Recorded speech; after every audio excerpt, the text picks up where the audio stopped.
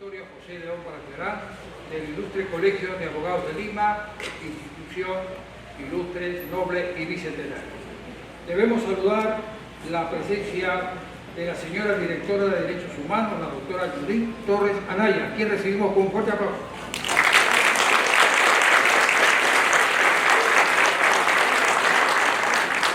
Está con nosotros también una distinguida personalidad del derecho, ex magistrado del Poder Judicial, actual regidor de la Municipalidad de La Victoria, doctor en Derecho por la Universidad Nacional Federico Villarreal, entre otros merecimientos que honran a nuestra institución. Saludamos la presencia del padrino, precisamente de la Unión de Defensores, el doctor Sergio Vázquez Coronado. Gracias a nosotros por su presencia esta tarde. Y con nosotros un distinguido maestro, docente de universidades nacionales y particulares, igualmente conciliador extrajudicial, árbitro de derecho y asesor de municipalidades. Saludamos la presencia del doctor Ronald Alaiza Valenzuela. Gracias, doctor.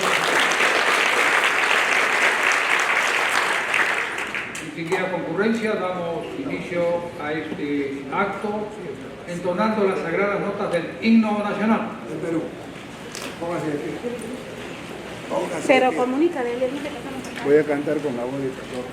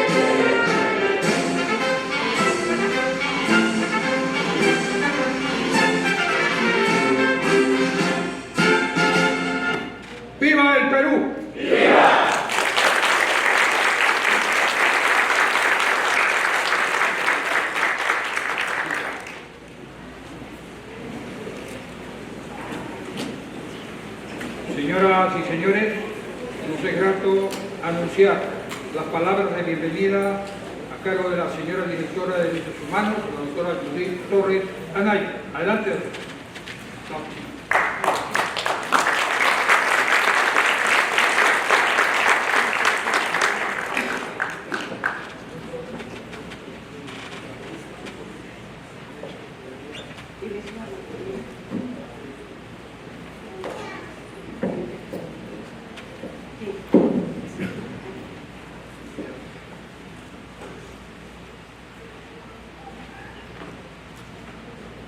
Bueno, buenas noches con todos.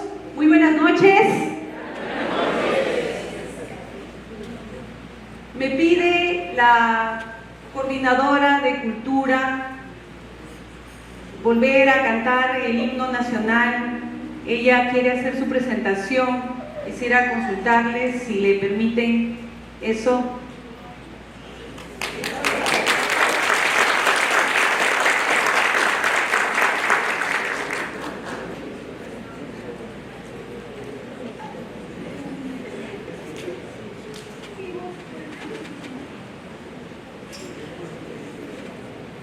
Entonces, todos nos ponemos de pie y vamos a cantar nuevamente el himno nacional con nuestra representante y coordinadora de cultura. Un fuerte aplauso para ella. Y el coro de derechos humanos, ya había visto solamente la doctora. Se ha formado un coro de derechos humanos en el equipo de cultura y hoy nos van a deleitar con su voz y le vamos a acompañar cantando nuestro himno patrio.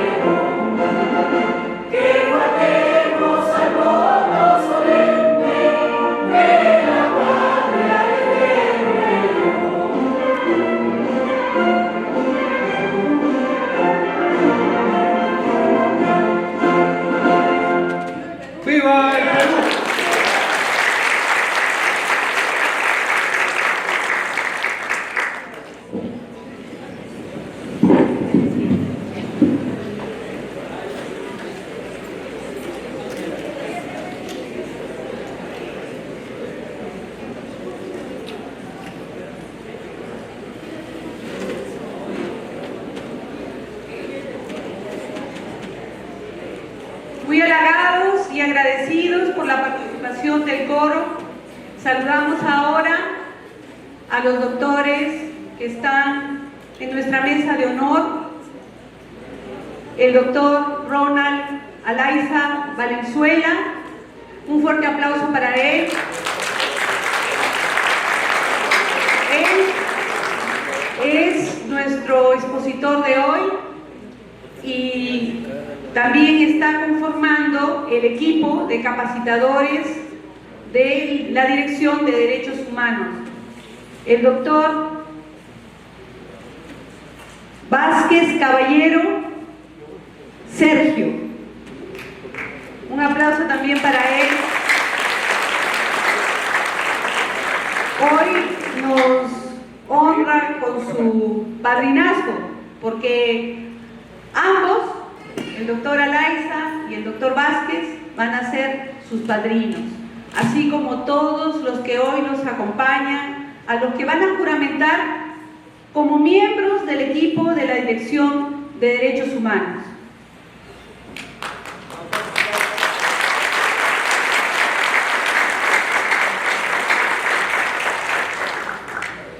Nos sentimos todos siempre muy felices al reencontrarnos, porque somos parte de un solo equipo, que es el equipo de la Dirección de Derechos Humanos de nuestro ilustre Colegio de Abogados de Lima.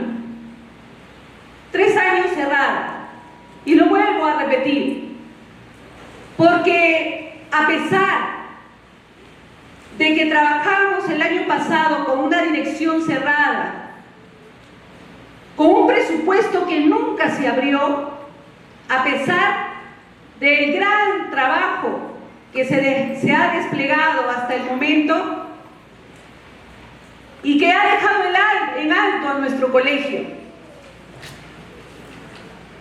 Y este año contamos con un presupuesto muy pequeño y hasta el momento sin secretaria.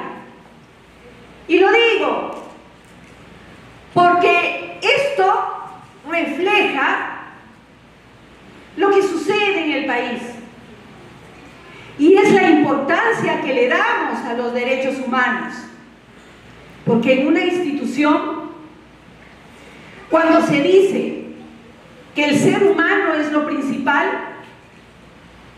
que el abogado es lo que prima, eso debe reflejarse en su presupuesto, ¿sí o no? Cuando un padre de familia dice: quiero a mis hijos, pero no le paso la pensión. Quiero a mis hijos, pero no los matriculo en el colegio. Se refleja así, señores, en el presupuesto. Y eso es algo que todos los que estamos acá valoramos profundamente. Porque el servicio que venimos a dar es ad honorem. Es una vocación de amor por el ser humano, de amor por el prójimo, de amor por el otro.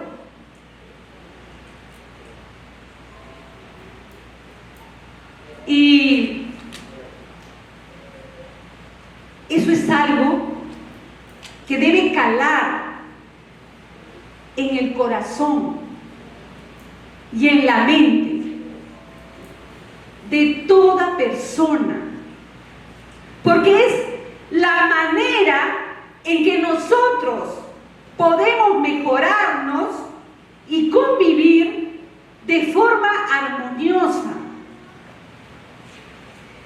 Si no tomamos conciencia de que el ser humano es valioso, que la primera fuerza que tiene un país es la parte humana, si no mejoramos nuestras formas, ¿cómo queremos que haya mejoras para nosotros, para nuestra familia, para la sociedad? Nuestro estatuto dice que debemos difundir, enseñar y promover los derechos humanos. Nuestra Constitución política, en el artículo 14, dice que todos tenemos derecho a la educación y a la enseñanza de los derechos humanos y de la misma Constitución. ¿Por qué? Porque importamos. Cada uno de nosotros importa. Y tenemos derechos inalienables, propios. Y en la medida que conozcamos, que no solamente esté en un papel, sino que lo incorporemos y que le demos valor, en esa medida es que podremos practicarlo cuando se haya tomado conciencia de que es importante para poder convivir con tolerancia, con respeto, viendo el uno por el otro, respetando nuestra dignidad,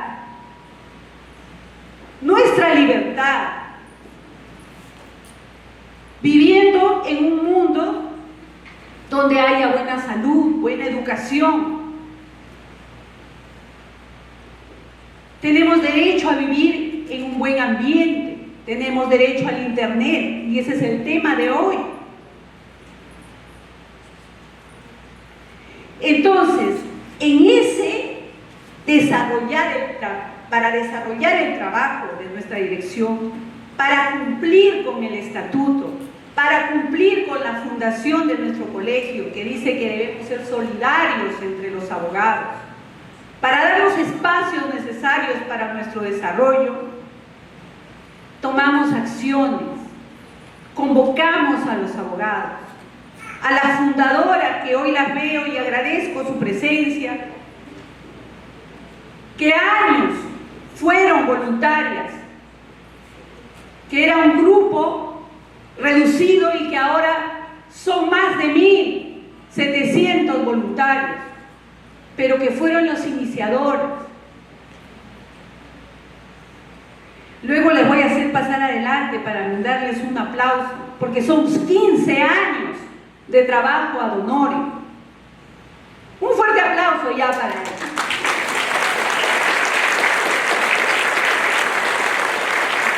Y que vinieron de una y se hicieron 2, 3, 20 y conversamos y dialogamos, hicieron sus propuestas y lo hemos ido plasmando, lo hemos iniciado, y todo inicio tiene sus tropiezos, pero continuamos, seguimos adelante, vamos mejorándonos, porque todo lo que se inicia está sujeto a poder mejorarse, pero si nunca se inicia, entonces, ¿qué podemos decir? Y a pesar de no tener presupuesto, y a pesar ahora de no tener secretario, seguimos avanzando. ¿Gracias a quiénes? Infinitamente gracias a los abogados que hoy ustedes representan. Cuando ven nuestra página, verán la acogida que tiene la Dirección de Derechos Humanos. ¿Porque está haciendo bien o porque está haciendo mal? Es la pregunta. ¿Porque le interesa al abogado? ¿Porque es bueno para él? ¿Porque es bueno para la sociedad? Es bueno. Y en esos diálogos que hemos tenido, hemos podido armar equipos. ¿Y nuestro objetivo cuál es? Empoderar al abogado, hacerlo líder de la justicia, cumplir con nuestro estatuto de enseñar, promover y proteger los derechos humanos.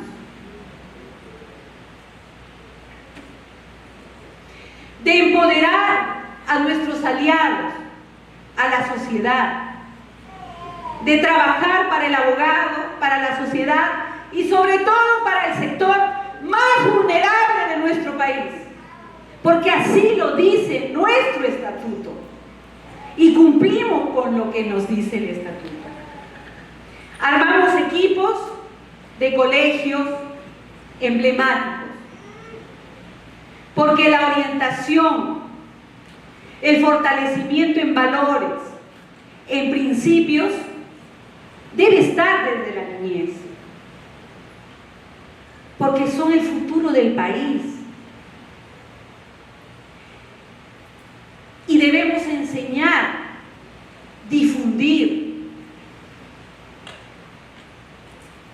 porque cuando se conoce, se toma conciencia y se incorpora,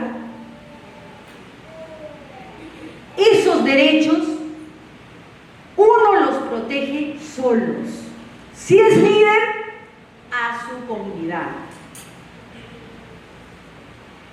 Gracias al convenio con el Ministerio del Interior, estuvimos en 16 comisarías, luego en 30 comisarías. Hace unos días estuvimos conversando para que estemos en 111 comisarías. Por acuerdo con el comandante general de la Policía Nacional, nos dio apertura ya para todas las comisarías de Lima. Porque también la policía trabaja con programas hacia la comunidad de formación y de fortalecimiento de valores, de principios.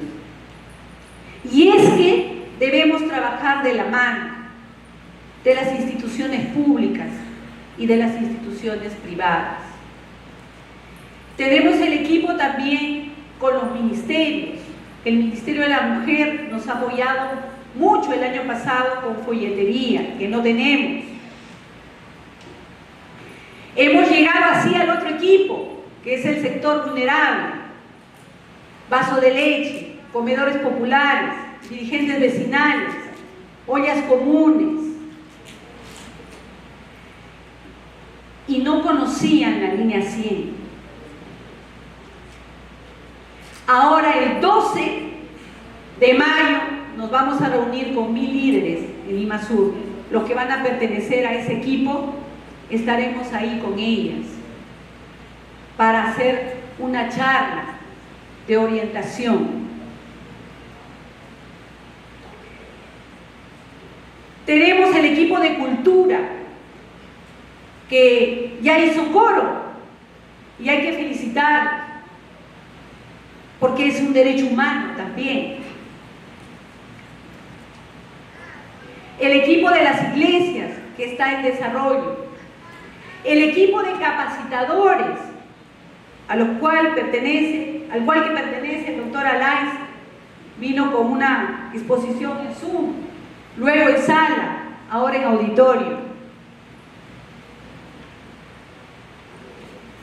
¿Cómo empezamos nuestro trabajo? Con invitación, porque si tenemos que hacer difusión, debemos invitar, porque no se puede forzar a nadie a querer participar.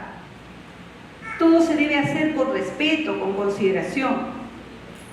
Hacemos las invitaciones y luego fortalecemos compromiso y juramentamos. Porque cuando salimos en nuestros diferentes equipos con la comunidad, representamos a nuestro ilustre Colegio de Abogados de Lima y debemos quedar bien, porque así dignificamos la profesión, nos hacemos conocidos y confiables, porque cuando eres conocido y confiable, la comunidad toma tus servicios, y el Colegio de Abogados, cuando te da tu credencial, te está avalando, y la Dirección de Derechos Humanos te acoge como miembro del equipo, como parte del trabajo, y hay que asumirlo con mucha responsabilidad.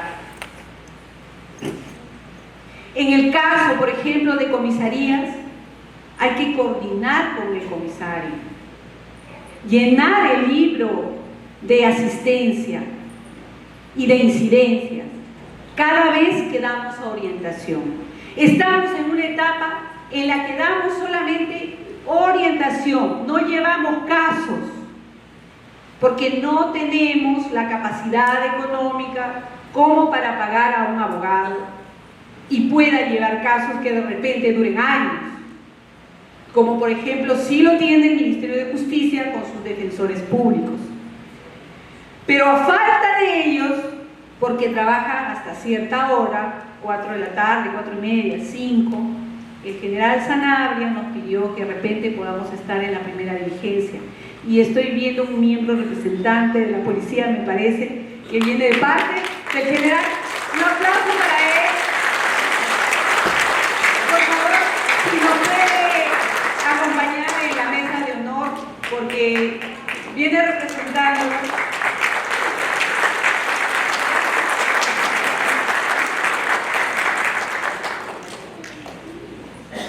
Su nombre, disculpe, su nombre, por favor. Coronel Luna Velarde Bermillo, jefe de la División Policial Sur. Un aplauso para él.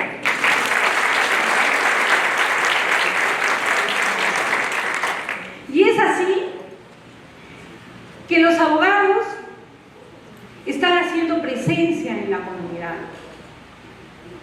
están sensibilizando, previniendo, porque antes de llegar a una comisaría tiene que haber una decisión.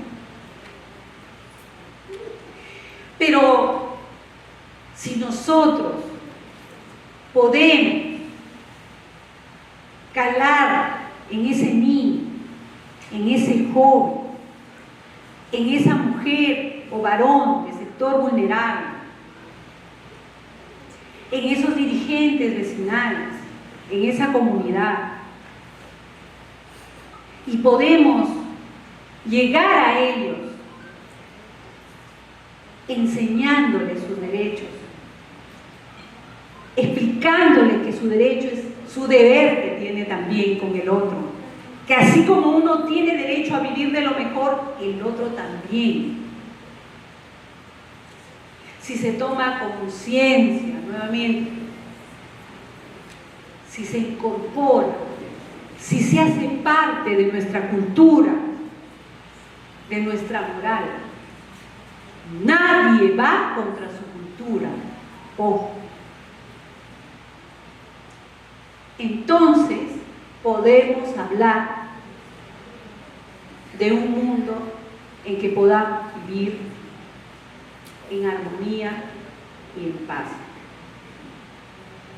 Aportamos con un granito de arena, pero estamos presentes. Y eso debe darnos valor y fuerza para continuar, porque no somos indiferentes, porque cuando nos toca pasar por dificultades, cuando un familiar, cuando un amigo le pasa, entonces nuestra labor como abogados se hace importantísima. Todos tenemos derecho a tener un abogado. Muchas veces, cuando hemos llevado orientación jurídica a estos sectores vulnerables, nos han agradecido profundamente porque en muchos casos esa línea 100 que compartimos, esas clínicas de la Católica que sí llevan casos gratuitamente, ese decirles que hay defensores públicos, ese acompañarnos, puede salvar una vida. Y es responsabilidad de todos nosotros, si queremos una mejor vida para nuestros hijos, para nuestra familia, que participemos, que no seamos indiferentes y que se dé una nueva forma de pensar y actuar que respete la dignidad, que considere al ser humano, que nos dé mejor calidad de vida. Tenemos un eslogan, bueno, ahí están pasando algunas fotos, está el general Sanabria, en donde estamos instalando, porque estoy visitando las comisarías para ver que nos dé una mesa, una silla, un ambiente. En algunas se ha podido tener hasta una oficina. Y como se han ampliado las comisarías y nuestro presupuesto no tenemos para los libros, entonces ha habido donaciones de algunos abogados donando cuadernos de acta, y ahí están haciendo su, digamos, su asistencia y si hay alguna orientación, anotándolo ahí. Porque debemos hacer un monitoreo. Que sea gratuita nuestra participación no quiere decir que si nos comprometemos vayamos un día y después ya no vayamos. No. Por eso es que nos hemos reunido, me tomo el tiempo de explicarles, y bueno, estoy tratando de generar ese compromiso, y el que de repente no quiera asumirlo ya también puede en este momento ya decir no continúo. Nuestro lema es mi voz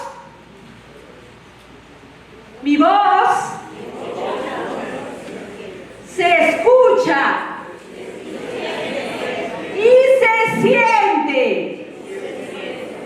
Cuando conozco mis derechos y deberes, los respeto y los hago respetar. Y es que los derechos humanos se vulneran a diario y a cada rato, y lo sabemos todos. Y es entonces que, conocedores de la norma, enseñaremos y aportaremos a la sociedad, como lo dice nuestro estatuto. Estamos dando los espacios para que el abogado pueda mejorarse a través de la capacitación como profesional, pero también como persona. Mi voz se escucha y se siente. Cuando conozco mis derechos y deberes, yo los respeto y los hago respetar. Muchas gracias.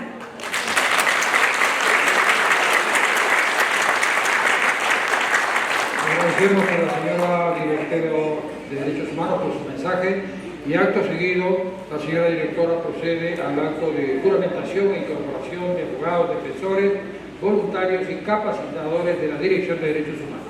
Adelante, doctora. A ver, nos ponemos de pie lo que vamos a juramentar. Nos ponemos de pie porque vamos a ser los padrinos. Los que van a juramentar, por favor, de pie. Y también los que están acompañando, porque seremos sus padrinos. Todos nos ponemos de pie entonces. Miren bien al costado quién va a ser su padrino. Porque padrino, él es padrino. Agradecer al doctor Alaiza, porque hoy también celebramos los cumpleaños de abril, ¿no? Siempre cantamos un Happy Day verde y los agasajamos de esa forma, ¿no? Y nos ha traído una torta. Un aplauso.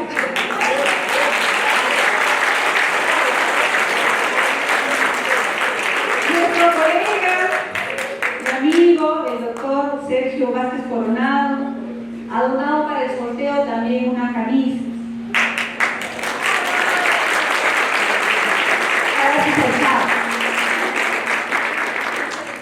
Y miren, que se me pasó el equipo del INPE. En el equipo del INPE tenemos los talleres productivos, aparte de darles orientación jurídica, también los talleres productivos vienen y ofrecen sus productos. Entonces nos han donado también algunos productos para el sorteo. Un fuerte aplauso para los talleres.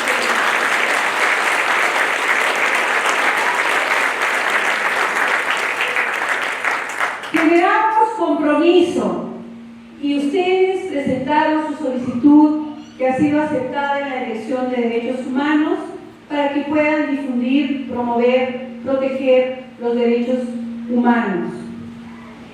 Y reciben esta aceptación por sus virtudes, por sus capacidades, porque son buenos abogados, porque tienen vocación de servicio, porque son personas empáticas, solidarias, altruistas. Y la labor que van a realizar lo deben hacer con mucha voluntad, con fuerza de espíritu y sobre todo con toda el alma y el corazón. El ilustre Colegio de Abogados de Lima confía en ustedes, su tranquilidad y honor. Que Dios bendiga esta noble misión que van a emprender y que tenga éxito, que florezca para el bien de nuestro gremio, de la sociedad y sobre todo para el sector más vulnerable de nuestro país.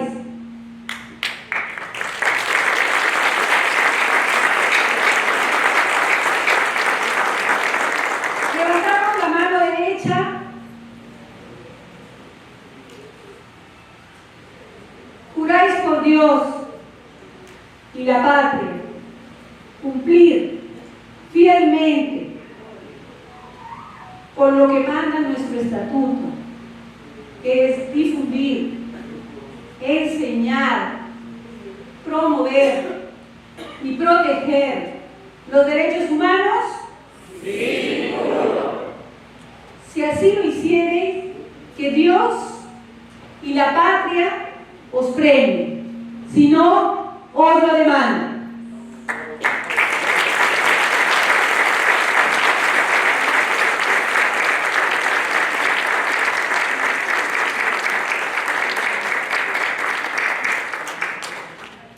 Nos ponemos acá para la foto.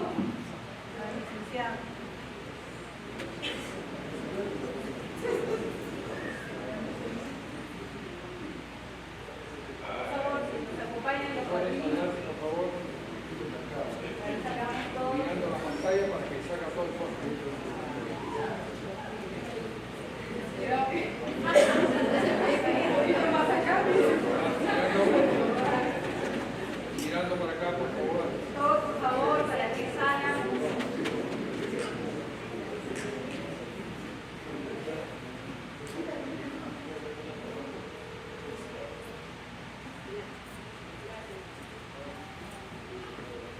Aplausos.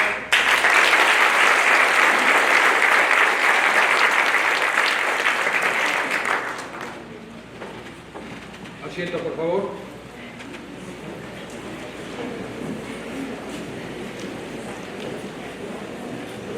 Bien, señoras y señores, luego del juramento del estilo, nos es sumamente grato anunciar la conferencia Generaciones de los Derechos Humanos en el Mundo y su concepción ideológica y práctica.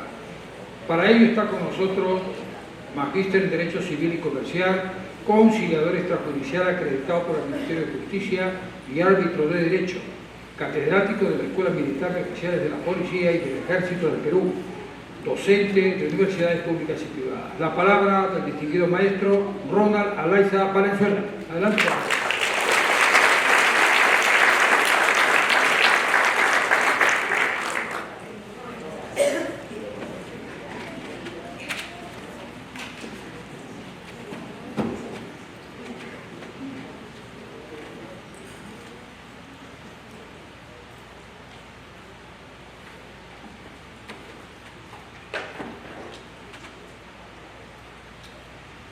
Muy buenas noches, señora directora de Derechos Humanos, doctora Judith Torres Anaya. Muy buenas noches al doctor Vázquez Coronado, al señor representante de la Policía Nacional. Tengan ustedes muy buenas noches a esta conferencia que me ha permitido la doctora Judith Torres Anaya, gracias a su gentileza y amabilidad, poder transmitir un poco de mis conocimientos a todos ustedes, distinguidos abogados, señores y señoras, damas presentes. Por lo tanto, el tema a tratar el día de hoy es generaciones de los derechos humanos en el mundo y su concepción ideológica y práctica. Vamos a tratar, estimados colegas, público en general, de tratar de resumir en 45 minutos, que es el tiempo que se me ha asignado para poder transmitir estos derechos que se han ido formando a través de nuestra historia de la humanidad. Son muchos derechos, pero vamos a tratar de resumir principalmente los derechos más importantes que nos conciernen a nosotros como seres humanos. Muy bien, vamos a comenzar la exposición. La primera diapositiva, pueden ustedes ver que el problema fundamental que presenta el tema de los derechos humanos no es el desarrollo histórico, no es la concepción filosófica, no es la concepción jurídica o las corrientes ideológicas que se hayan podido dar a través de la historia del ser humano, sino que el problema fundamental de los derechos humanos está en el respeto y cumplimiento de los derechos humanos. Pues ese es el meollo del asunto, que los juristas, a través de los tiempos, han podido determinar y concebir que la preocupación más importante del ser humano a través de la historia es que se respeten los derechos humanos por los estados, por los gobernantes, por los jerarcas. Y una vez que se respeten y sean plasmados los derechos humanos en normas nacionales, internacionales o convenios, sean cumplidos. Porque no solamente podemos limitarnos nosotros a que sean escritos taxativamente en la norma, sino que sean cumplidos. Y ahí es donde entra a tallar nosotros como representantes de la justicia y el derecho. Por lo tanto, el fenómeno de los derechos humanos no estriba en el cambio que se ha ido suscitando a través del tiempo, sino está en lograr darle la connotación o el espacio a los derechos humanos para que se convierta en una disciplina científica y no sea reconocido como un mero dogma, sino que sea y que tenga un carácter doctrinario, estudio científico, estudio jurídico y sobre todo análisis jurisprudencial que sea plasmado en beneficio del ser humano. Por lo tanto, lo que se pretende ahora en los derechos humanos es crear una corriente filosófica, donde los derechos humanos esté ajena a todo pensamiento particular, a todo pensamiento o interés político, sociológico, religioso, racial, étnico, cultural, sino que sea concebido como un pensamiento con doctrina. Eso es lo que va a hacer posible que los derechos humanos cada día sean más consolidados y sean más fuertes en el mundo. Pasamos a la siguiente diapositiva. Como ustedes pueden ver, aparece en la diapositiva la figura de un jurista, un renombrado hombre del derecho que se llama René Cassin. René Cassin es representante importante de los derechos humanos. Él definió los derechos humanos de la siguiente manera. Los derechos humanos es la ciencia que define como una rama especial de las ciencias sociales. Vamos a imaginarnos un árbol. El tronco principal son las ciencias sociales y las ramas que circundan al tronco principal, una de las tantas ramas viene a ser los derechos humanos. Pero no solamente se limita a ser una rama. El estudio que se estudia en todas las universidades, nosotros lo hemos estudiado y los estudiantes de Derecho también lo van a estudiar, sino que este estudio de las relaciones humanas tiene que estar encasillado, encuadrado dentro de la dignidad humana, cosa que no lo tienen a veces el derecho comercial, no lo tiene el derecho tributario, no lo tiene el derecho administrativo. O sea, el derecho humano, el estudio de los derechos humanos trasciende mucho más allá del pensamiento individual que podemos tener nosotros. Va mucho más allá.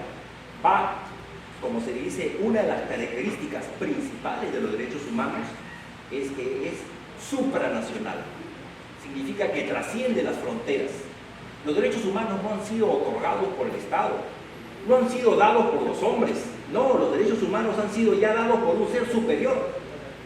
Para la escuela del justnaturalismo, la escuela histórica de Grecia, hace más de 3.000 años, Aristóteles, Sócrates, Platón, Aristarco, Plutón y todos ellos filósofos decían que el hombre, por ser hombre, nace con ese derecho otorgado por un ser superior, que para nosotros que somos católicos vamos a decir Dios, pero para los que no son católicos, si son agnósticos o ateos, es un ser sobrenatural, que le ha dotado al hombre, por ser hombre, de esa dignidad humana.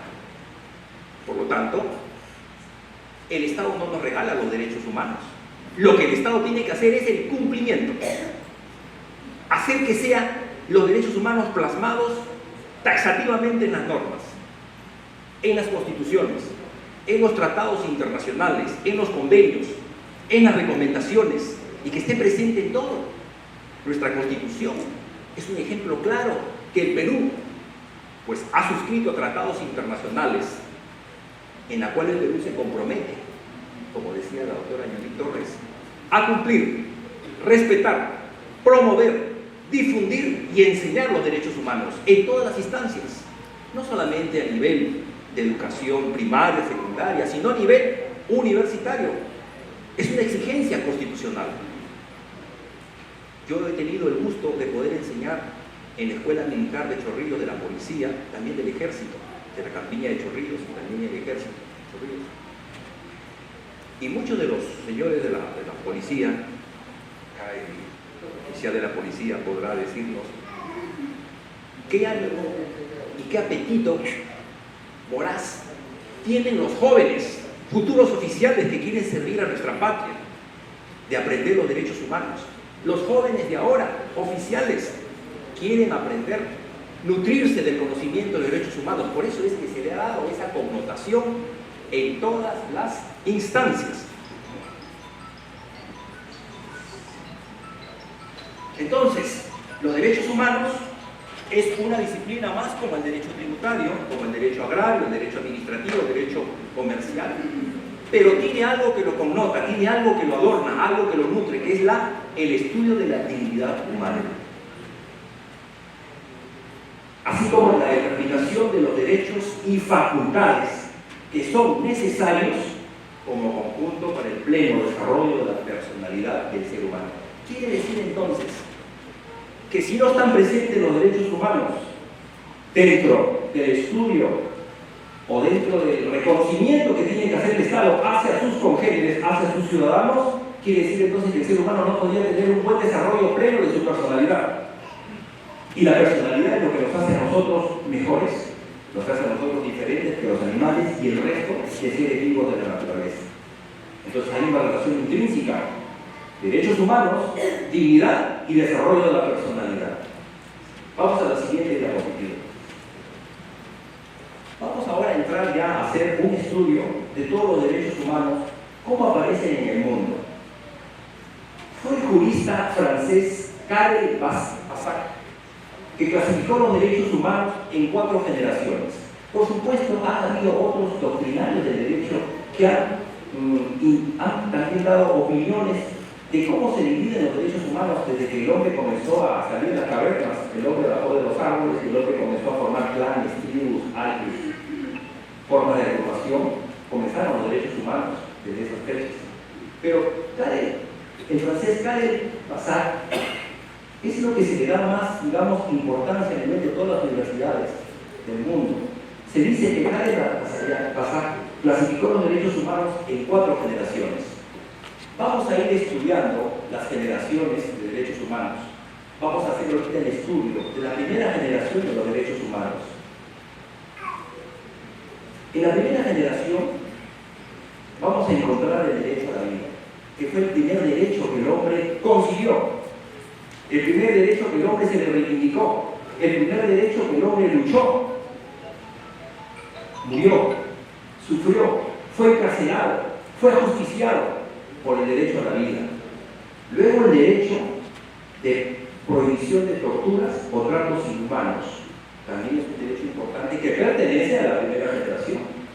Se encuentra también la prohibición de la esclavitud, y vamos a ver algo importante que cuando lleguemos a la esclavitud vamos a ver que tuvimos nosotros los peruanos, no la suerte sino la ocasión de que nuestra primera constitución que tuvo el Perú en 1823, ¿se acuerdan ustedes cuando el Perú se independizó del Imperio Español? ¿No?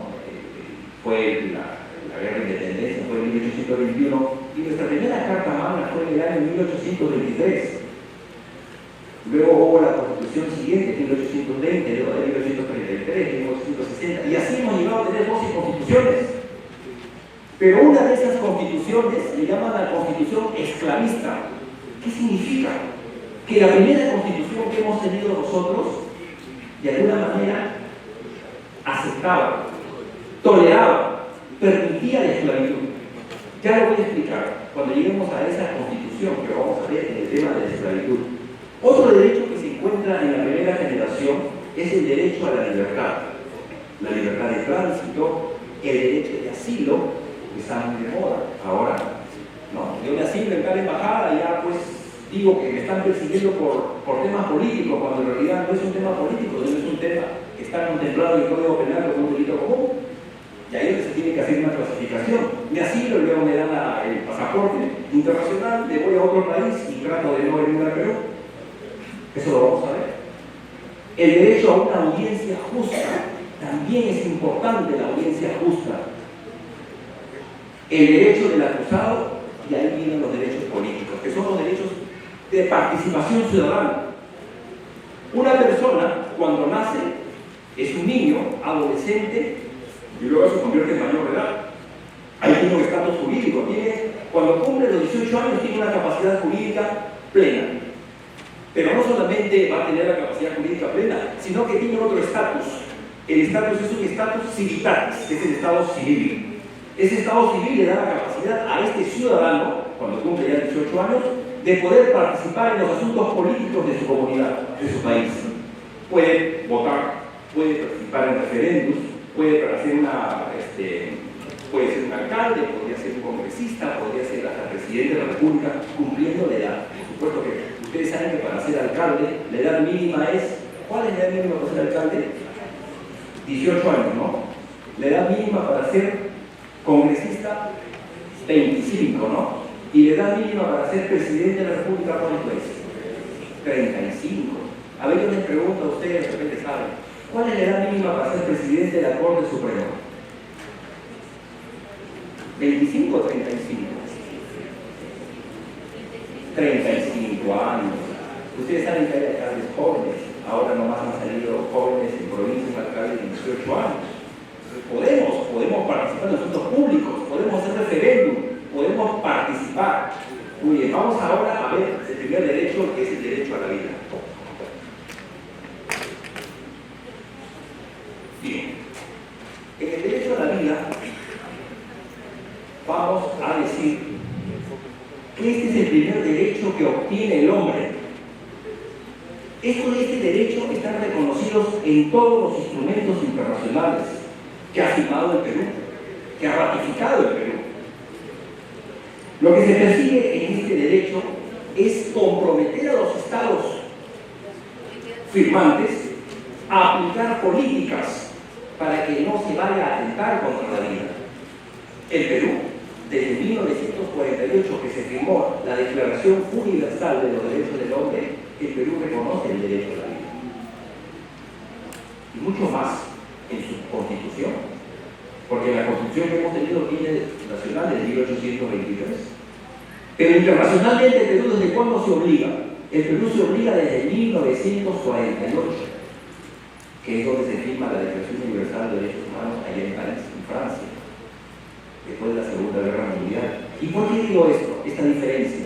Porque es ahí donde el Perú se le da una connotación como de sugerencia, no de obligatoriedad, sino de sugerencia. La Declaración Universal de Derechos Humanos tuvo primero un carácter de una recomendación. No podía ser carácter obligatorio, porque el problema hubiera sido muy grande. Por eso que la Declaración Universal de Derechos Humanos con el tiempo ha ido tomando otro carácter. Ahora ya tiene un carácter de cumplimiento. Primero era un carácter enunciativo, un carácter declarativo. El país que quería lo cumplía. Ahora no. Ahora ya es el derecho a la vida, es un derecho que se reconoce dentro o fuera del país. El artículo primero de la Constitución peruana dice lo siguiente: la defensa de la persona humana y el respeto de su dignidad son el fin supremo de la sociedad y del Estado. O sea, está citando, está clasificando a la persona humana por encima de la sociedad y del Estado. Más importante que el Estado es la persona. Más importante que una sociedad es la persona. Y ese carácter ha sido reconocido de la Declaración Universal de Derechos del Hombre de 1948 y la Declaración de Derechos Humanos, también que fue de la Revolución Francesa en 1789, cuando fue la Revolución Francesa, que se hizo un documento que fue un contrato social que hubo entre el pueblo y los gobernantes. Entonces vemos que el artículo primero de la Constitución nos habla que primero está el hombre, luego la sociedad y el Estado. También el artículo segundo de la Constitución nos dice lo siguiente. Artículo segundo, inciso 1. Toda persona tiene derecho a la vida, a la identidad, a su integridad moral, psíquica, física y a su libre desarrollo y bienestar. Vamos al segundo derecho, que es la prohibición de torturas. ¿Cómo define la doctrina internacional a la tortura? Porque no todo a veces, no todo acto es tortura. Hay que tener mucho cuidado. Nada me han torturado, sí, pero la tortura en el Código Civil, en nuestra ley dice que puede ser de dos tipos: física o psicológica. Pero hay que demostrarlo. ¿Cómo se demuestra una tortura física? Con un examen médico legista. ¿Cómo se demuestra una tortura psicológica? Con un examen de un psicólogo. Entonces, ¿qué define? ¿Qué dicen los textos internacionales, los tratados internacionales sobre la tortura? Dice lo siguiente: la tortura de este derecho pretende defender la integridad física y moral. física y moral del ser humano. Es tortura todo acto por el cual se infrinja intencionalmente a una persona dolores o sufrimientos graves, ya sean físicos o mentales, con el fin de obtener de ella una información, confesión o para castigarla. Esto es lo que define los tratados internacionales. Pero ¿qué dice nuestra legislación nacional? ¿Qué dice nuestra Carta Magna sobre la tortura? Esto está reconocido en el artículo 2 de la Constitución, inciso 24, letra H. Dice lo siguiente, artículo 2: toda persona tiene derecho a la libertad y seguridad personal. En consecuencia, nadie debe ser víctima de violencia moral, psíquica o física, ni sometido a tortura o a tratos inhumanos o humillantes. Vamos al siguiente derecho, que es el derecho a la prohibición de la esclavitud. Y acá les voy a decir lo que pasaba con la Constitución de 1823, con nuestra primera Constitución, que supone que si la Constitución es hecha para el ser humano, donde el hombre lucha por su libertad, lucha por su vida, ¿cómo es posible que la primera Constitución que hemos tenido en el Perú de 1823 haya tenido una tendencia a solapar de proteger o amparar todavía la esclavitud? La esclavitud dice que nadie puede ser obligado a realizar trabajos forzosos o obligatorios. Si bien es cierto, en nuestra realidad, siglo XXI, no existe la esclavitud oficialmente, ¿no? Porque hace en el siglo XVI, XVII, la esclavitud era algo legal. Ustedes saben que hasta las monjas acá en el Perú tenían esclavos, los sacerdotes, el clero tenían esclavos, porque por supuesto bajo el Imperio Español, ¿no? Estamos hablando del reinado. Luego que el Perú ya entra a ser república, ya la cosa cambia. Pero sin embargo, cuando el Perú se convierte en república en 1823, con nuestra primera Carta Magna, la primera constitución era una constitución esclavista. ¿Por qué? ¿Por qué razón? Porque la constitución decía, se permite, bueno, la constitución decía, en 1823, decía lo siguiente: queda abolida la esclavitud. A partir de ahora nadie puede tener esclavos en las haciendas, en las chacras, en todos los terratenientes, los laborales, ya no pueden tener esclavos, pero los esclavos que aún se mantengan van a seguir siendo de propiedad del amo, pero los hijos que nazcan de esos esclavos ya nacen libres, nacen libertos. ¿Y saben por qué razón tuvo que hacerse eso? Porque el libertador San Martín, Bolívar, Hipólito Unanue y todos los próceres de la independencia no podían haber luchado contra los intereses de sus mecenas, los intereses de quienes propiciaron, aportaron económicamente para la independencia del Perú. Ustedes saben que Hipólito Unanue era dueño de varios esclavos. Entonces no podía ser posible que una vez que se obtenía la independencia, la Carta Magna de la Constitución atentara contra los derechos de esas personas que habían invertido dinero para poder sufragar los gastos de la independencia del Perú. Por eso que la Constitución de 1823 ya tenía esa forma de proteger de alguna manera la esclavitud.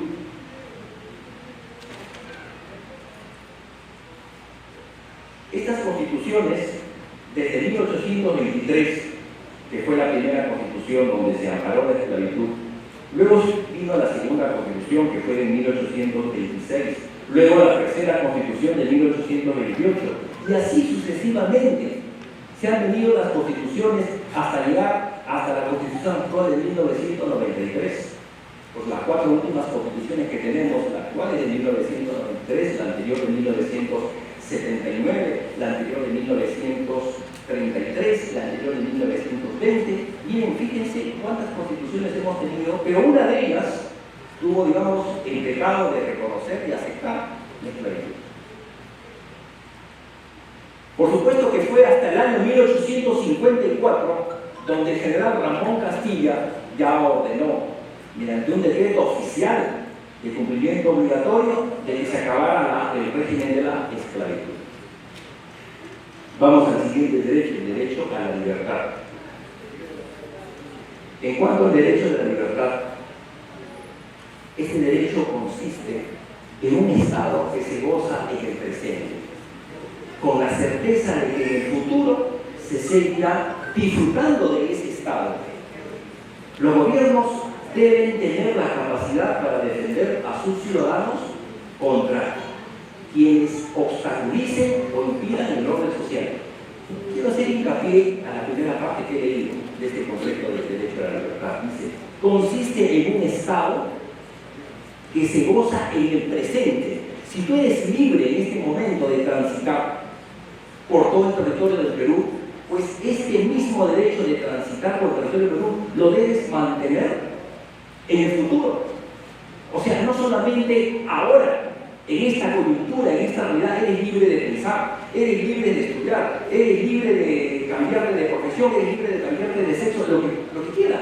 Hasta eso llega el derecho a la libertad. Y ese derecho tiene que estar amparado, protegido por el Estado. No solamente ahora, sino que el Estado tiene que ver que ahora seas libre y que en adelante también sigas siendo libre, sigas gozando del derecho de libre tránsito. Sin embargo, vamos a ver que en algunos momentos el propio Estado le impide, no abroga, no suprime el derecho de libre tránsito, sino que simplemente lo suspende. ¿Cuándo? Cuando hay estado de emergencia. Cuando hay estado de emergencia, por ejemplo, nosotros hemos tenido este problema de salud del COVID-19. ¿Se acuerdan que no podíamos salir de las casas de nuestros domicilios? Ahí estaba restringido de alguna manera nuestro derecho a libre tránsito, pero no fue abrogado, sino fue limitado. El Estado no puede quitar el derecho, porque una de las características de los derechos humanos es que una vez que el derecho humano sea reconocido en tratados internacionales y en la Constitución, pues este derecho se siga manteniendo. Es por eso que los derechos humanos vamos a encontrar en el artículo 2 de la Constitución un sinnúmero de derechos. Toda Constitución tiene dos partes, la parte dogmática y la parte orgánica. Cuando se quiere hacer un cambio de la Constitución, que hemos sido testigos que ha habido una moda de querer cambiar la Constitución, ¿se acuerdan? Uno quiere regresar a la Constitución del 79, pues ahora se podría hacer un cambio, si es posible cambiar, si el pueblo lo quiere. Pero lo que no se puede cambiar de la Constitución es la parte sagrada. ¿Cuál es la parte sagrada de la Constitución que jamás puede ser cambiada? La parte dogmática. Y en la parte dogmática justamente es donde están reconocidos nuestros derechos. Lo que sí se puede cambiar por los legisladores, por el pueblo o por los constituyentes, en una asamblea constituyente, lo que sí se puede cambiar es la parte orgánica, es la estructura de la Constitución, la estructura de un Estado, cómo se organiza un Estado, qué relación tiene el Poder Legislativo con el Ejecutivo. Eso sí se puede cambiar, pero la parte dogmática no se puede cambiar. La parte dogmática la concebimos nosotros como si fuera un dogma. ¿Qué cosa es un dogma para nosotros según la creencia cristiana? Un dogma es algo que el hombre debe dar por cierto, algo así nos parezca imposible de entender. Por ejemplo, dicen que la Virgen María no, es virgen antes, durante y después del nacimiento de Jesús. Eso para la ciencia médica, para la naturaleza, es imposible que una mujer pueda pasar por esos estados. Sin embargo, eso es un dogma y tenemos que aceptarlo. Así no nos entra en la cabeza. Muy bien, por eso que los derechos humanos van a ir apareciendo más derechos humanos. Y tengan ustedes la certeza que de acá a unos 50 años o 60 años, los derechos humanos van a llegar a una sexta generación. Y ya vamos a ver hasta qué punto ha llegado el hombre en el reconocimiento de derechos humanos. Derechos que antes ni siquiera nosotros teníamos idea que podían ser reconocidos. ¿Quién iba a pensar que maltratar a un perro era un delito? Hace muchos años atrás mataban a los perros, los golpeaban. Ahora no se puede maltratar a un animal porque eso no solamente es repudiado moral y éticamente por la sociedad, sino que es considerado un delito. ¿Por qué? Porque los animales tienen derechos. Y así vamos a ir apareciendo más derechos. Vamos al siguiente derecho.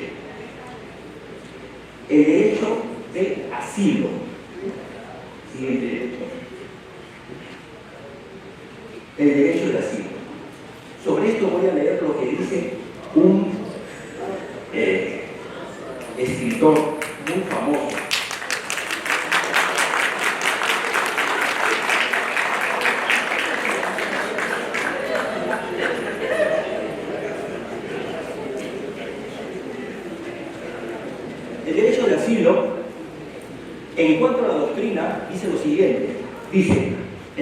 asilo ha sido definido por Alberto Ulloa, un jurista argentino, como una antigua práctica internacional que cubre bajo una soberanía extranjera a los perseguidos por delitos políticos, cuya persecución representa casi siempre la expresión de rencor antes que de la justicia.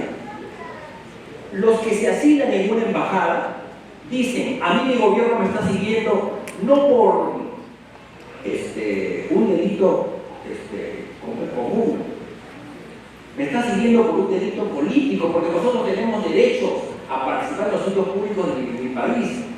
Y por política me están siguiendo porque me quieren silenciar, me quieren matar, me quieren torturar, me quieren encarcelar.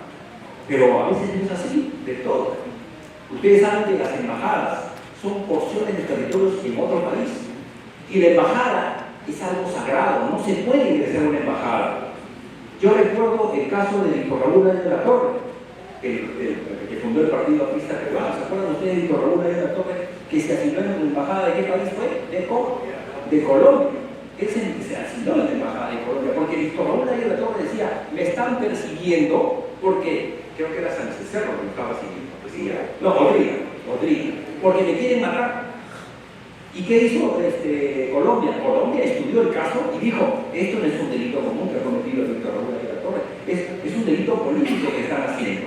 Entonces Colombia le dio el asilo, le dio el pasaporte correspondiente y pudo viajar Víctor Raúl de la Torre a México. Y ustedes saben que el Partido Aprista se fundó ¿en dónde? En México. Es el único partido del Perú que se ha fundado en otro país. Ahí se fundó el Partido Aprista. Entonces el derecho de asilo está muy de moda. Todas las personas dicen: yo soy perseguido político y pido refugio. Hay que analizarlo, hay que ver. Nuestra Constitución reconoce el asilo, sí lo reconoce el asilo. Está reconocido el asilo en nuestra Constitución, en el artículo 36 de la Constitución. Si tienen la Constitución, los invito a que puedan leer. Dice, ¿qué dice la Constitución sobre el derecho de asilo? Dice lo siguiente: el Estado reconoce el asilo político, acepta la calidad de asilado que otorga el gobierno asilante. En caso de expulsión, no se entrega al asilado al país cuyo gobierno lo persigue. Miren, algo importante: en caso de expulsión, no se entrega al asilado al país cuyo gobierno lo persigue. Hay un expresidente que está ahorita pasando por esta situación. ¿No? Ahí tiene que verse el caso, tiene que analizarse el caso. Es por eso que no es muy fácil para el Perú poder lograr que se extradite a este presidente del Perú. Pasamos al siguiente derecho: el derecho al matrimonio y a la familia. Todos nosotros en algún momento de nuestra vida vamos a tener que pasar por un matrimonio, y si de repente no nos casamos, formamos una convivencia, y la convivencia puede dar lugar a una unión de hecho.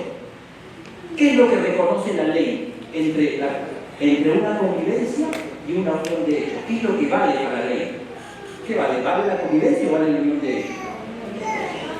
La unión de hecho. La convivencia no vale. La convivencia no tiene ningún valor legal. Es por eso que muchos convivientes se esmeran en reunir los requisitos para que vayan ante un juez de paz, letrado, o ante un notario, porque ahora el notario también tiene esas facultades, para que les reconozca su convivencia y lo convierta en una unión de hecho.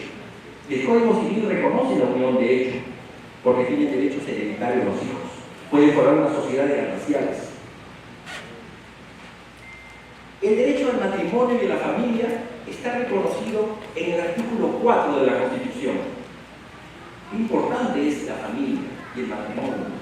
¿Qué categoría les da? Como institutos naturales y fundamentales. ¿Natural por qué? Porque es natural casarse. Es natural formar una familia. Desde que el hombre comenzó a formar hace más de 10.000 años las primeras poblaciones, el hombre ha vivido en clanes. Claro, el hombre tenía 5, 6, 7 mujeres. De alguna manera primitiva, dentro de su constitución ideológica, el hombre estaba formando una familia. Hay países que todavía subsisten y que el hombre puede tener 8, 9, 10 mujeres, pero cuidado, en los países islámicos, yo he investigado sobre eso, si un hombre quiere tener 5 o 6 mujeres, el gobierno, el Estado, le dice, tú puedes mantener económicamente a las 5 mujeres. A ver, demuéstrame con tus tributos, demuéstrame con tus ingresos, demuéstrame con tu trabajo. No puedo mantener más que solamente puedo mantener a una. Entonces no puedes casarte con 3, con 4, con 5 mujeres. Entonces, ¿quiénes son los que tienen muchas mujeres en los países islámicos? Aquellos que tienen un poder económico muy alto. Ellos son los que sí podrían, cualquiera lo puede. Claro, hubo acá me acuerdo hace muchos años, ¿se acuerdan ustedes de un chileno que se llamaba Badani? ¿No? Él vino acá al Perú y vino con todos sus parejas de mujeres, que eran como 6, 7, no, 14 mujeres. Me acuerdo que cuando lo invitaban a los canales de televisión, ¿qué hacía él? Él contrataba un bus, una búsqueda para viajar con todas sus mujeres. Entonces, acá en el Perú, no, el matrimonio es un hombre y una mujer. A ver, les voy a leer a ustedes qué es lo que dice el matrimonio, qué es lo que dice la Constitución sobre el matrimonio. Artículo 4 de la Constitución. La comunidad y el Estado protegen especialmente al niño, al adolescente, a la madre y al anciano en situación de abandono. También protegen a la familia y promueven el matrimonio. Reconocen a estos institutos como institutos naturales y fundamentales de la sociedad. Institutos naturales y fundamentales. ¿Qué significa? Que para que pueda existir una sociedad buena, una sociedad con valores, una sociedad con buenas costumbres, al Estado le interesa que nosotros nos casemos. Al Estado le interesa que ese niño crezca en una familia.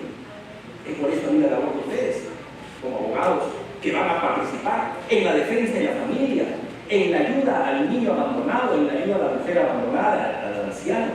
Porque al Estado le conviene que un niño nazca en una familia con valores. La gran mayoría de niños, iranías, que roban, sicarios menores de edad, se ha demostrado criminológicamente por estudios doctrinarios de la medicina forense que son niños que han carecido de una familia disfuncional. No tenían papá y mamá, o a veces teniendo un papá y una mamá, pues el papá estaba de adorno.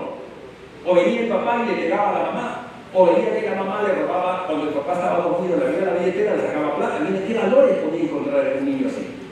Entonces, por eso que el Estado le conviene que los futuros ciudadanos se forjen, crezcan dentro de una familia. Por eso que cuando dos personas, hombre y varón, mujer y varón, no pueden casarse, porque ustedes saben que un matrimonio es costoso, ¿no? Un matrimonio civil es costoso. Muy bien. Entonces, como no pueden casarse, ¿qué hace el Estado? Viendo nuestra realidad nacional, dice, bueno, los peruanos a veces no tienen plata para contraer matrimonio, porque cuesta mucha plata. Entonces, pero están viviendo como convivientes, sí. Entonces han dado un reconocimiento de su convivencia, que no les cuesta muy caro. Y es fácil, porque el reconocimiento de convivencia se puede hacer a nivel judicial o a nivel notarial. ¿Se habla y se reconoce la convivencia en el Perú? Sí, la convivencia se reconoce.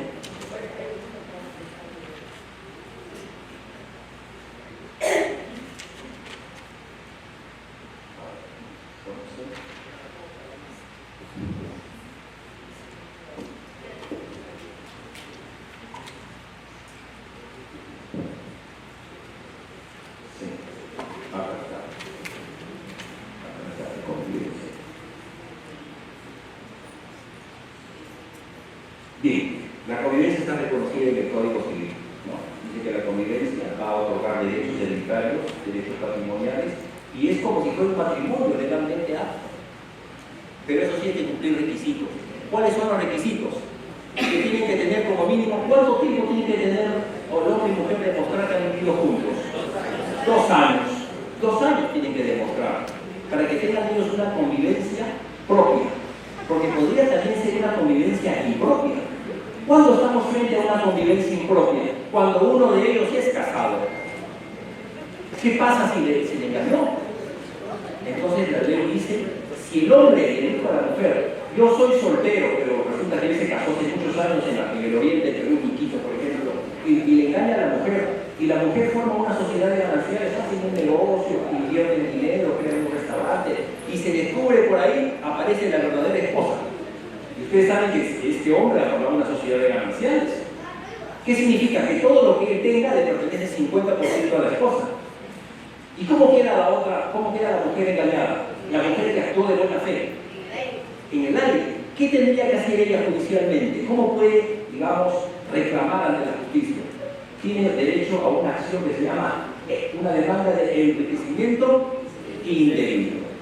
Y ahí el juez, y encima que demanda de enriquecimiento indebido, puede hacer una demanda de daños y perjuicios. 50.000, 100.000 soles, 200.000 soles, depende a la calidad de la gente. ¿Quién es la gente? La gente es la persona. Si la mujer es una eminente política, un médico cirujano, o una persona, una alcaldesa, una persona que tenga una aceptación social, evidentemente que la intervención va a ser más alta.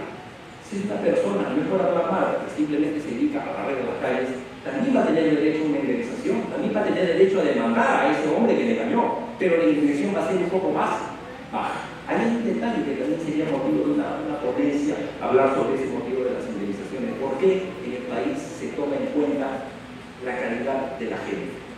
¿Por qué a uno que ha escalado más se le da más indemnización y a que tiene menos se le da menos?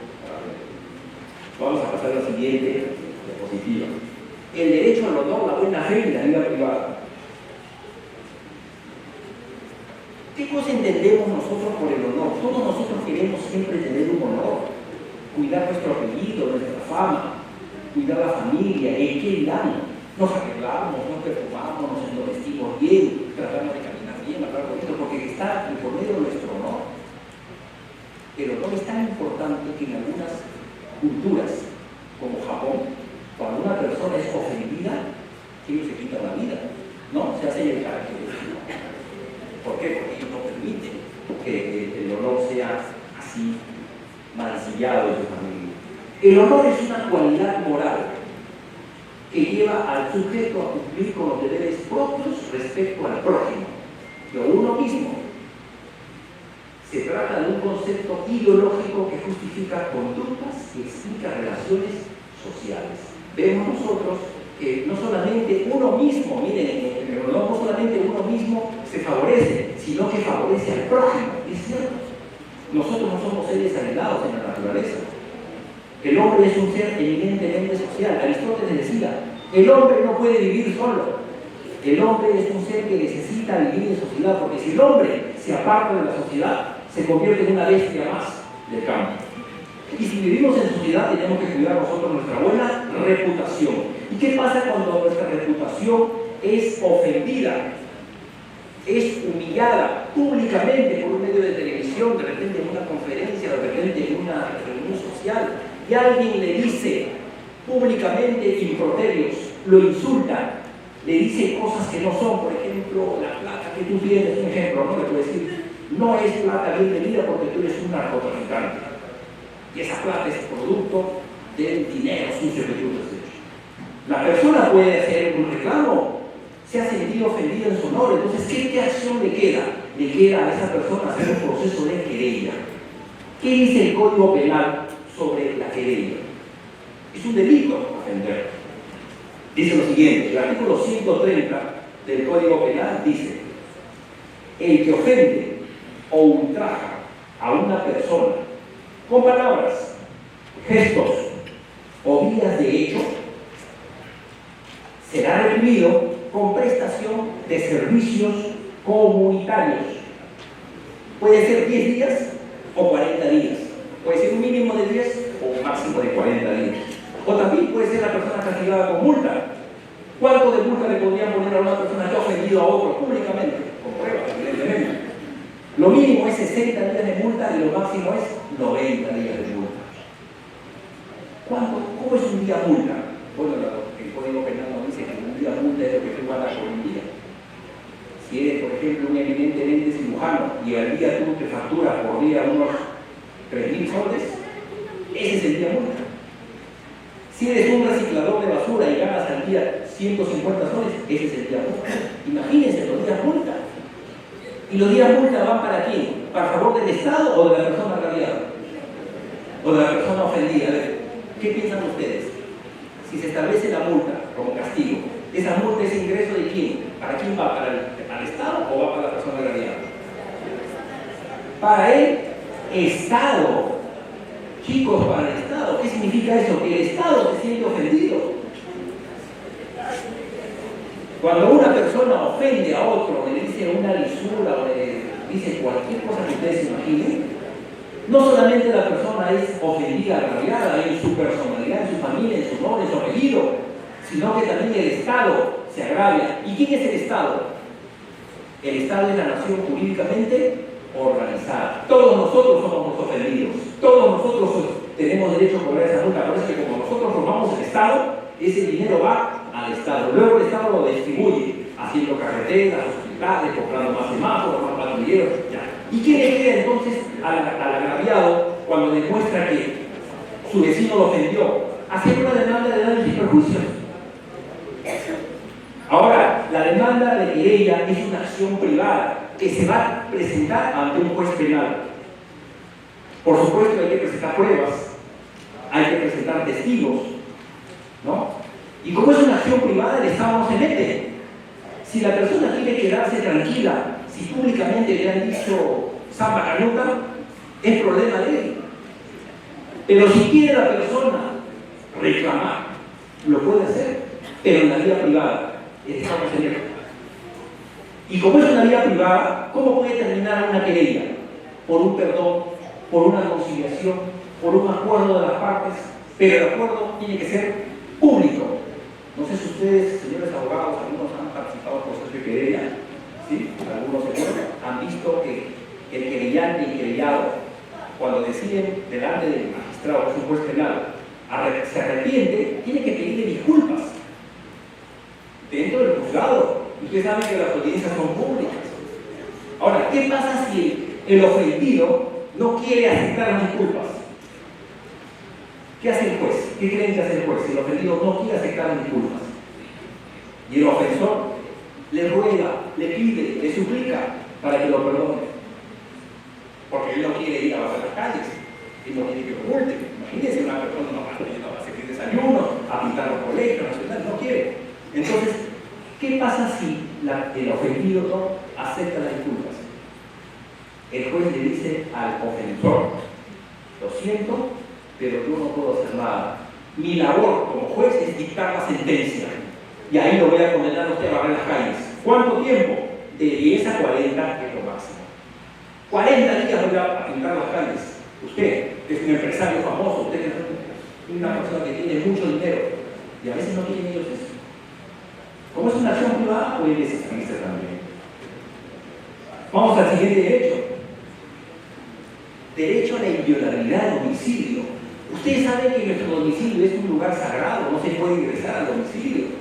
De acuerdo a la doctrina, dice que el domicilio representa un lugar de descanso, un lugar de paz, donde nosotros estamos disfrutando después de una jornada larga, tediosa, angustiante en la sociedad. Vamos a nuestra casa a descansar. Entonces nadie puede ingresar a nuestro domicilio. La Constitución establece dos motivos en los cuales se puede ingresar al domicilio: por delito flagrante y por orden del juez. Un ejemplo por orden del juez: cuando hay, por ejemplo, un desalojo en el cual el arrendador y el arrendatario no se ponen de acuerdo, el arrendador le hace una demanda de desalojo al arrendatario porque el contrato ya venció, ¿no? Se convierte en un inquilino precario y viene la orden de desalojo. Y el desalojo tiene que traer consigo algo, tiene que traer el descerraje, porque si un desalojo, una resolución, un papel, no trae la palabra descerraje, entonces no va a poder hacerse práctico el desalojo. Yo me acuerdo una vez que cuando yo era abogado, yo estaba haciendo un desalojo y le caí mal al secretario, parece.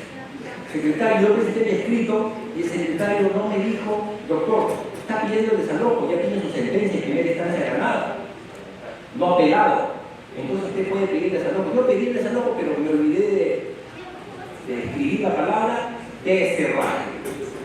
Y miren cómo me hicieron perder el tiempo a mí y a mi cliente, porque yo me acerqué a hacer el desalojo, pedí 4 policías, llevé a 3 matones que se llaman así de choque, pues me acuerdo que es un tiro, y llegamos a la casa, pero el secretario se reía. Yo sé por qué se reía.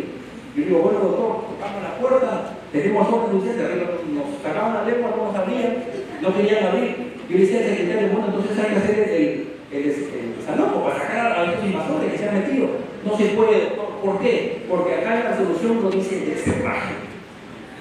Como no dice descerraje, no podemos ingresar.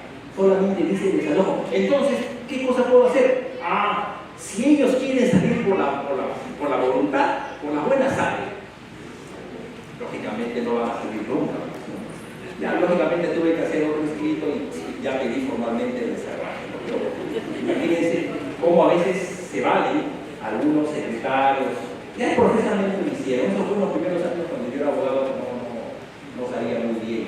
Pero chicos, ustedes que van a ser abogados jóvenes, aprendan estas experiencias, lean expedientes, infórmense, conversen con abogados ya que tienen más edad, que les transmitan su experiencia. La experiencia no la podemos llevar nosotros a la tumba, tenemos que darla. Sembrar un árbol, plantemos una semilla para que sean buenos abogados. Entonces, el domicilio es un lugar sagrado. Pasamos al siguiente derecho. El derecho a la libertad de pensamiento. Miren, la libertad de pensamiento es algo muy importante. Hay un autor que se llama José Luis San Pedro. ¿Qué cosa dice José Luis San Pedro? Lo siguiente: sin libertad de pensamiento, la libertad de expresión no sirve de nada. Vamos a leerlo de nuevo porque de repente no lo muy bien. Dice, sin libertad de pensamiento, la libertad de expresión no sirve de nada. ¿Cómo me puedo yo expresar? ¿Cómo puedo yo decir, tengo frío, tengo hambre, quiero irme de viaje, si antes no he elaborado racionalmente la idea en la cabeza? Yo tengo que tener libertad de pensamiento. O sea, el Estado no puede meterse en mi cabeza y decirme qué cosa voy a pensar. Una vez que yo piense, elabore la idea, recién lo puedo expresar. ¿Y cómo lo voy a expresar? Si queremos ser doctrinarios jurídicamente, vamos a decir que la expresión puede ser, de acuerdo al artículo 141 del Código Civil, estamos en el libro de acto jurídico, puede ser en forma expresa o en forma tácita, ¿no? El artículo 141 del Código Civil dice, la manifestación de voluntad. ¿Cómo me puedo yo expresar? ¿Cómo puedo yo decir? A ver, ¿está a favor o no de la pena de muerte? Alce la mano el que está a favor. Pero ¿cómo me expreso? ¿Cómo manifiesto mi voluntad? El Código Civil dice en el artículo 141, la manifestación de voluntad puede ser en forma expresa o tácita. Es expresa por cuando yo hago uso de la palabra, cuando yo escribo, cuando yo utilizo un medio técnico, científico, por internet, por WhatsApp, por correo electrónico, yo me estoy expresando. Y en forma tácita, ¿qué significa? En forma tácita es exactamente lo que dice el artículo 141, lo siguiente, del Código Civil. Dice, en forma tácita es cuando la voluntad se infiere indubitablemente de una actitud o conducta reiterada en la historia de una persona. En forma tácita. Por ejemplo, cuando nosotros vamos a un restaurante, ¿a qué estamos yendo? Si es más o menos la hora de almuerzo, ¿no? De 1 a 2 de la tarde. ¿Estamos yendo a que nos hagan masajes? ¿Estamos yendo a un restaurante a ver una película? Claro, hay restaurantes que tienen televisor.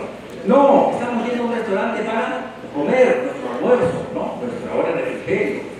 Miren lo que me pasó a mí el caso cuando yo también era abogado. Fui testigo de este caso.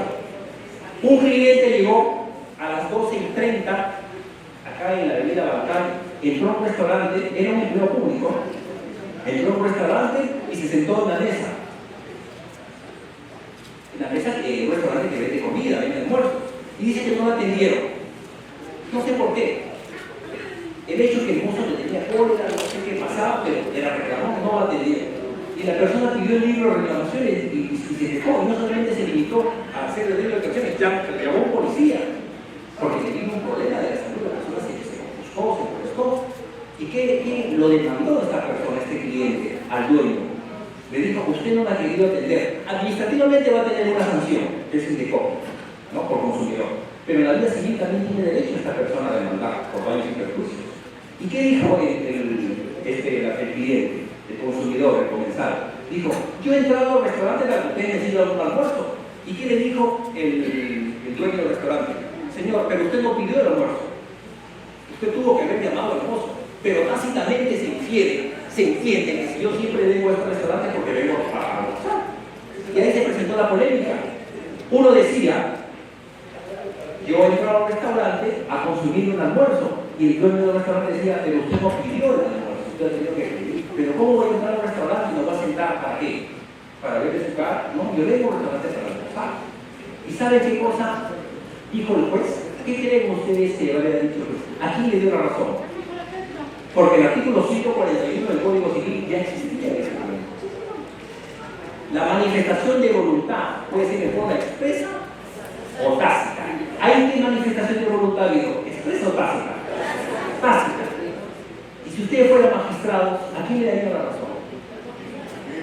¿Al comensal o al dueño? Al comensal. Al comensal. ¿Por qué? Porque tácitamente se infiere, ¿no? Por conductas reiteradas, porque esta persona demostró que ya había venido varias veces a ese restaurante, porque él trabajaba al frente en Nacional. Entonces, qué importante es la libertad de pensamiento, conciencia y religión. Sobre religión puedo decir que la religión oficial del Perú es la católica.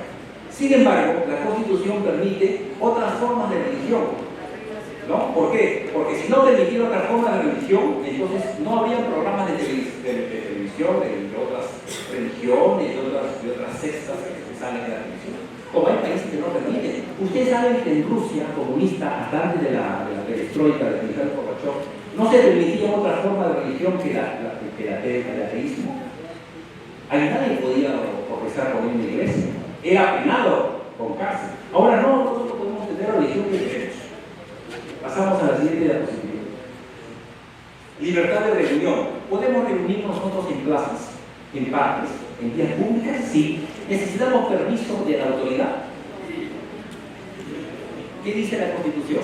A ver, si ustedes quieren, si todos nosotros quisiéramos reunirnos en la Plaza San Martín el día de mañana, a las 3 de la tarde, ¿necesitamos permiso de la autoridad pública o no? ¿Qué piensan ustedes? ¿Qué dicen? No necesitamos permiso, ¿no? Claro. ¿Qué dice el artículo 2, inciso 12 de la Constitución? Dice lo siguiente: toda persona tiene derecho, inciso 12, a reunirse pacíficamente sin armas. Sin armas. Las reuniones en locales privados o abiertos al público no requieren aviso previo. Miren, las reuniones en locales privados o abiertos al público no requieren aviso previo. ¿La Plaza San Martín es un local abierto? ¿Es un local público? Público, es un bien público del Estado, ¿no? No es inembargable, es inajenable, es un bien propio del Estado. Yo no puedo comprar la Plaza San Martín, no puedo comprar el Estado Nacional por mucha plata que tengo. Es un bien público. Dice, las que se convocan en plazas y vías públicas exigen anuncio anticipado de la autoridad. Entonces, ¿en qué quedamos? Las que se convocan en plazas y vías públicas exigen anuncio anticipado de la autoridad. Las que puede prohibirlas solamente por motivos probados de seguridad o de sanidad públicas. ¿Qué es lo que dice el Tribunal Constitucional? Acá tenemos al representante de la Policía Nacional, a diario tendrá que haber visto estos casos, reuniones que a veces solicitan, concentraciones en la Plaza Martín, en giros de reunión, bueno. ¿Qué dice el Tribunal Constitucional? Que hay que pedir permiso a la autoridad pública. La que puede prohibirlas por motivos de sanidad, cuando hay una pandemia, hay una enfermedad contagiosa, no hay reunión, o por seguridad pública. Si estamos nosotros bajo un estado de emergencia, no nos va a dar permiso de reunirnos. Pero si no estamos en un estado de emergencia, estamos en un estado ordinario de excepción, ¿no? Que es lo que estamos haciendo ahorita actualmente, entonces necesitamos el permiso de la autoridad pública no como un mandato legal, sino como un requisito administrativo. Por supuesto que si la autoridad pública no fundamenta legalmente la negación de ese permiso, nosotros podemos recurrir en queja, o podemos apelar, o podemos reclamar. Vamos al siguiente derecho. El derecho a votar. ¿Qué dice la Constitución sobre el voto? El voto es igual, libre, secreto y obligatorio hasta los 70 años. Después de los 70 años es facultativo. Del voto podemos decir nosotros que gracias al voto podemos nosotros elegir a nuestras autoridades. Hay que dejar en mención que en el año 1956 se le dio el voto a la mujer. Hasta antes de esa fecha la mujer no podía votar. Y era normal, era aceptado por juristas de renombre internacional, convocados abogados que decían, no, las mujeres no pueden votar. Las mujeres están exentas de asuntos políticos, de asuntos públicos. Y ahora vemos nosotros que hasta ministra de la mujer hay, congresistas mujeres. Muy bien. Vamos al siguiente derecho. Entramos a los derechos de la segunda generación. Y los derechos de la segunda generación va a ser más corto.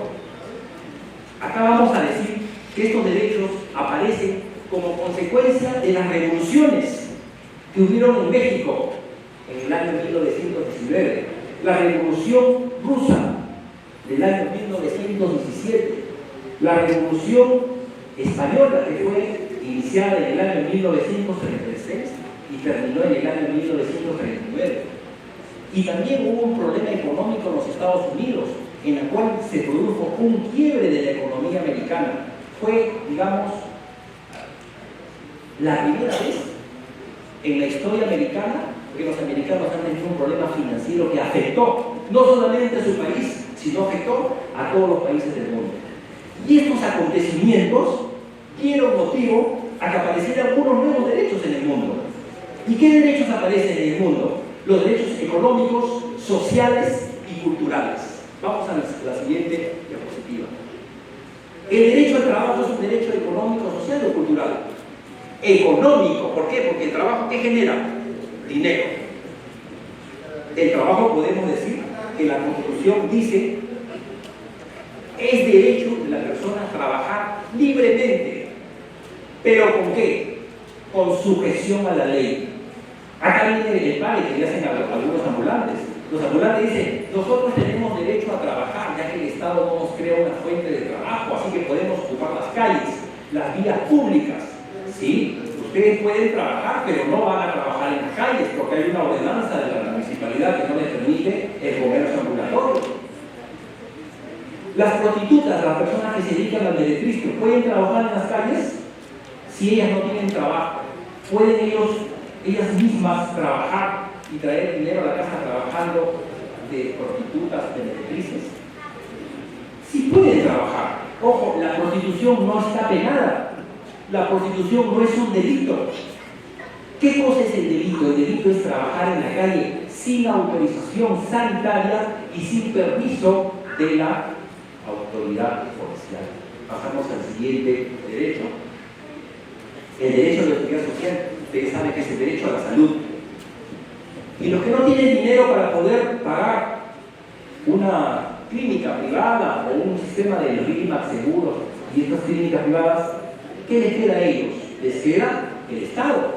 Por supuesto, no es óptimo lo que hace el Estado, pero el Estado trata de alguna manera de darle salud al ciudadano, pero nos pasamos a la siguiente diapositiva. El derecho a la asistencia de la familia, padres e hijos. Vuelvo, acá hay una tarea del Estado enorme. Ustedes, como personas defensoras de oficio, o defensores de honores que van a ir a las comisarías y a diferentes lugares del país, van a darse cuenta que hay una carencia tremenda de asistencia por parte del Estado, ¿no? El Estado dice que protege a la familia, protege a la madre en estado de gestación, protege al niño abandonado, protege al anciano en situación de abandono. Pero yo quiero preguntarles, en realidad sucede eso en la práctica. ¿Cuántos niños, cuántas madres todavía están huérfanas, solas, que no tienen protección del Estado? Y las vemos nosotros a diario en las calles. Pasamos al siguiente derecho. El derecho a la educación. Sobre educación quiero decirles a ustedes que el artículo 474 del Código Civil establece el derecho de alimentos. ¿no? Los alimentos que comprenden la manutención, comprende los alimentos, comprende la educación, comprende la vivienda, la asistencia médica, la recreación del niño y adolescente, y dentro de ello está la educación. El padre está obligado a dar educación a su hijo hasta los 18 años. Hasta ahí nomás tiene el padre de derecho. Pero ¿qué pasa cuando el hijo tiene más de 18 años? El padre está obligado a pagarle la educación, siempre y cuando el hijo tenga buenas notas, ¿no? Y tenga buena presencia en la universidad, asista a sus clases y mantenga un nivel pues, decoroso en la universidad. ¿Y hasta qué edad es lo máximo que se le pueden pagar los estudios a un hijo? Hasta los 28 años. Pasamos a la siguiente diapositiva. El derecho a la propiedad también es un derecho importante, ¿no? La propiedad que le da a una persona el derecho de usar, disfrutar, disponer y reivindicar. El derecho de propiedad igual al derecho de la herencia es un derecho humano. Pasamos a la siguiente diapositiva. Y llegamos a los derechos de la tercera generación. En estos derechos de la tercera generación estamos en la segunda mitad del siglo XX. A partir de la segunda mitad del siglo XX recién aparecen estos nuevos derechos de la tercera generación. ¿Cuál es la característica? Ya vamos a terminar. La característica de estos derechos es la autodeterminación. ¿Qué significa autodeterminación? Que el mismo pueblo, el mismo grupo social, las mismas comunidades campesinas, nativas, ellos mismos, como han sentido que el Estado no los protegía, ellos mismos se reivindican, ellos mismos luchan. Por eso que vemos nosotros que las comunidades campesinas están tomando fuerza, más aún si tienen el apoyo de las ONGs internacionales. Eso significa autodeterminación. También como característica de los derechos humanos de tercera generación está la independencia económica y política. Ahora todos tenemos una independencia económica, política, ¿no? Todas las personas, toda la sociedad se siente independiente económicamente. Políticamente también podemos formar partidos políticos, alianzas, agrupaciones.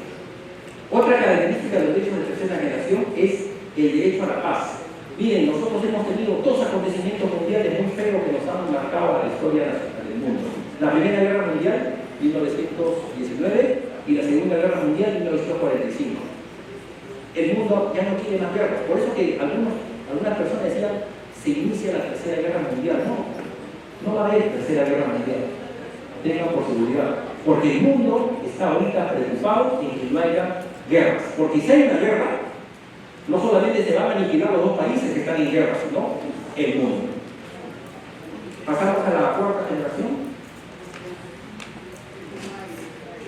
Pasamos. Y pasamos de cuarta generación. Cuarta. Para terminar, ya terminamos. Miren, para terminar, los derechos de cuarta generación son los derechos que ahorita están lo último que hemos conseguido nosotros los seres humanos. ¿Y qué caracteriza los derechos de cuarta generación? El Internet, la cibernética, la informática, el derecho a todo lo que el mundo, a cuidar el medio ambiente. Ahora, lo más importante de acá es considerar a la Tierra, a la humanidad, como una sola familia. Ya nos olvidamos de las fronteras, nos olvidamos de los idiomas, nos olvidamos de las nacionalidades. Todos nosotros vamos a formar una sola familia. Pero ¿cuál es la característica de esto? Es que estos derechos todavía no están incorporados en las constituciones del mundo. Falta incorporarlos. Les agradezco su atención, les agradezco a la doctora Aguilí.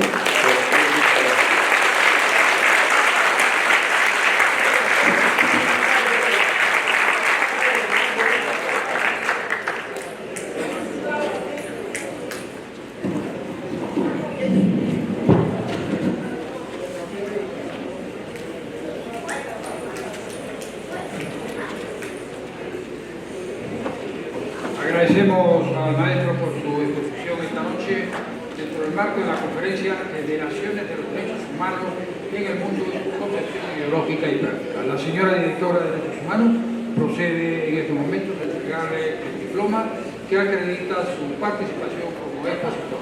Adelante, doctor. Al doctor Ronald Wilton Alaiza Valenzuela, de parte de todo el equipo de la Dirección de Derechos Humanos, le otorgamos este reconocimiento por la exposición de hoy. Muy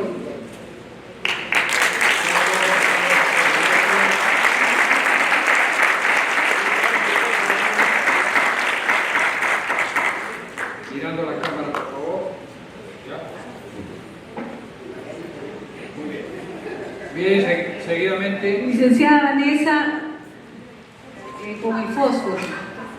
A ver, todos los que cumplieron años en abril, levanten la mano y por favor háganos el honor de subir al estrado.